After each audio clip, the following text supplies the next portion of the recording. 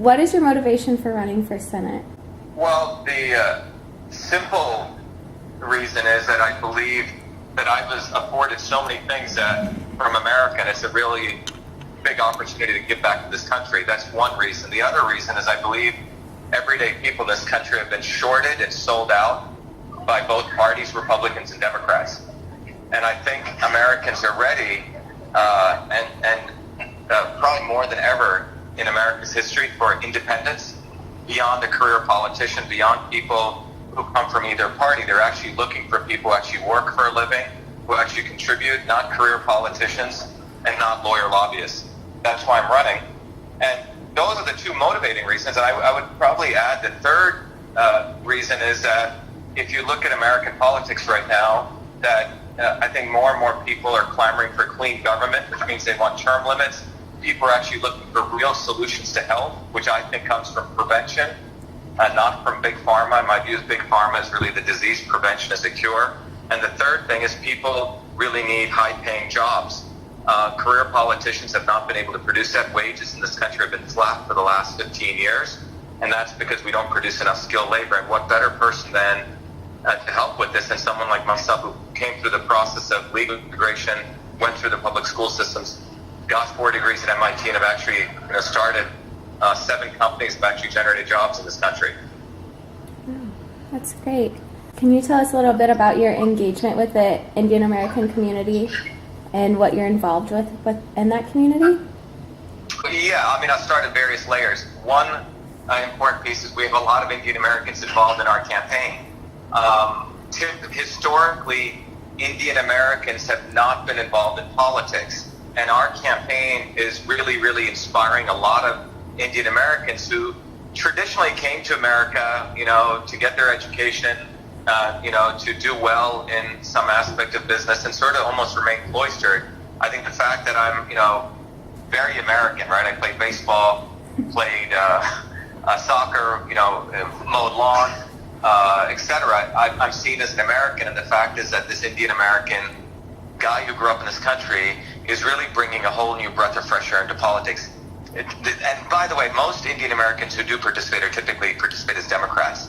And I'm saying to hell with both parties and let's go independent. So I'm galvanizing within our own volunteer base a lot of Indians. That's one layer. The second level of Indian Americans is within Massachusetts. And that group is splitting very nicely, or not splitting, but into two major groups.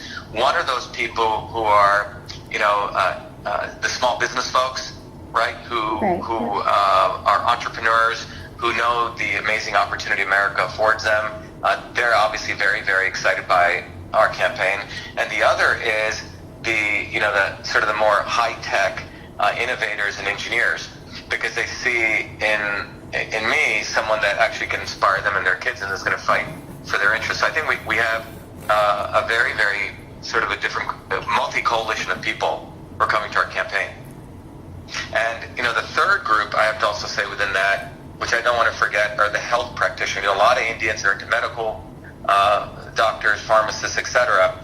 And one of the core things that is central to our campaign is what we call real health, which again says that prevention is a cure, and we're really, really promoting the need to integrate Eastern and Western medicine. And as a part of that, having been trained in both Eastern medicine and a PhD out of MIT in biological engineering, I'm able to bridge both worlds and bring not only to public policy, but also for people in the Western system of medicine to really, really start looking at the amazing opportunities that traditional systems of Indian medicine offer. And that's basically making a lot of Indian Americans proud of their own heritage, and also for them to in a very material way, integrate and give something back to the United States. You mentioned small businesses, and there's an incredibly high number of Indian Americans who run small businesses. Do you have any plans to protect the interest of these small businesses? In the United States, there's, if you look at it, which depending on how you look at it, there's around 20 million small businesses, right? Right. Some of them are called VSMBs, very small, medium businesses, 1 to 5 people. Then SMBs, between 5 to 20. There's a whole tier of different kinds of small businesses.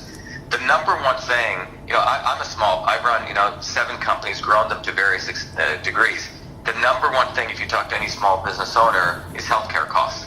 And healthcare costs need to be brought down. And the only way to bring them down is through innovation.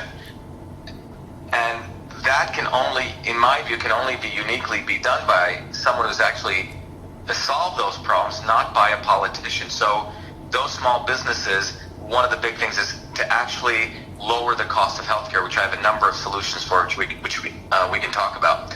The second is really giving small businesses tax incentives. Look, when I was a 14-year-old kid, I learned how to program computers long before I came to MIT. And that was done because I found a mentor. I got an apprenticeship at a medical school, and I was able to actually learn to program. My view is small businesses, they're looking for young people to work. They're looking for, ways that they can support young people, but at the same time get good valued labor. For any small businesses that does mentoring and apprenticeships, my view is they should get anywhere between a $2,500 to $5,000 tax credit, because I think that's where people actually learn. Today, you have a lot of kids getting lots of student loans.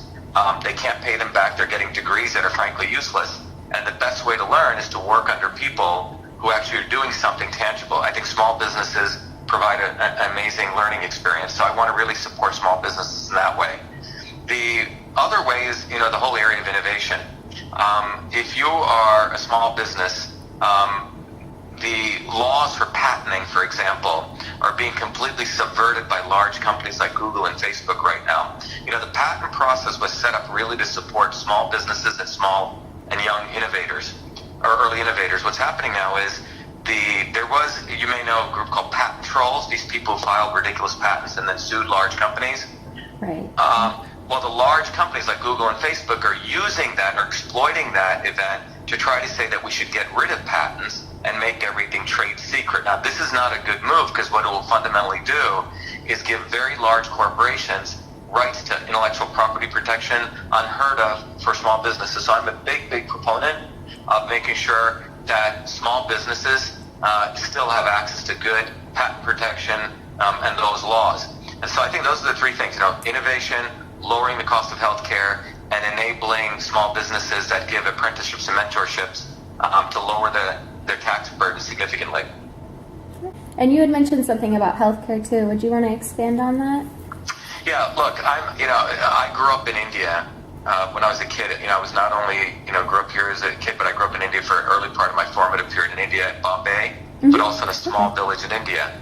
And my grandmother was a traditional healer. She worked in the fields for 16 hours a day, but she practiced traditional systems of Indian medicine. I saw her empirically heal people on weekends. She would, diagnose people and offer them amazing formulations. So that was an Indian system of medicine. None of it was based on drugs. It was based on the notion that health is derived from prevention, health is derived from food and nutrition. Let thy food be thy medicine.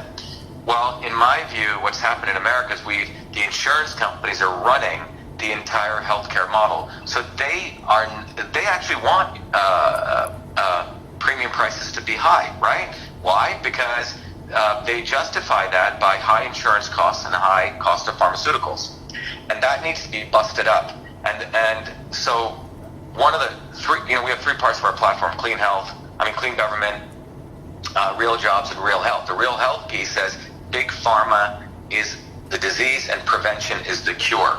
And as a part of that, we need to really support at all levels of the supply chain, enabling people to have better health by prevention. So one of those areas is local farms and organic produce.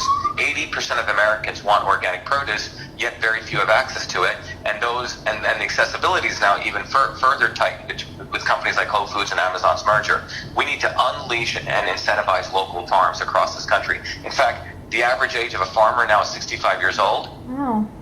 We need to make sure that we have a vote tech model where we can really incent young people to go into farming. In fact, give them tuition free, if possible, if they actually, go exercise being a farmer. The second piece we need to do is we need to start supporting crisis care, which means we should eliminate big health care, big insurance, and say, hey, pay $50 to $100 and you can get a month, and you can get crisis care, which means major catastrophic event occurs, you can get your crisis insurance.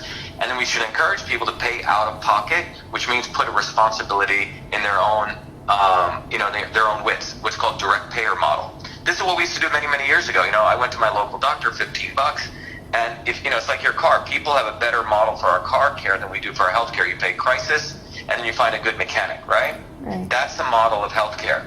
And the third piece of it is innovation. We need to drive innovation to actually lower the cost of these medicines. If anything, there's also a fourth piece. We need to get rid of GPO kickbacks. I don't know if you know what these are. Group purchasing organizations. They're sort of the wizard behind the curtain who actually controls $500 billion worth of healthcare costs. Meaning they crank up the price of a $2 generic, which goes for $32,000 by being the middleman. And they've been given the right to get kickbacks. We need to shut that down. So I have a very, very clear view on what needs to be done to healthcare, but it's about lowering the cost. And then we can talk about single payer, non-single payer, right? But you have, frankly, opportunists like Bernie Sanders talking about single payer, but the guy has no idea of the healthcare supply chain. We need to lower the cost, and I know how to do that.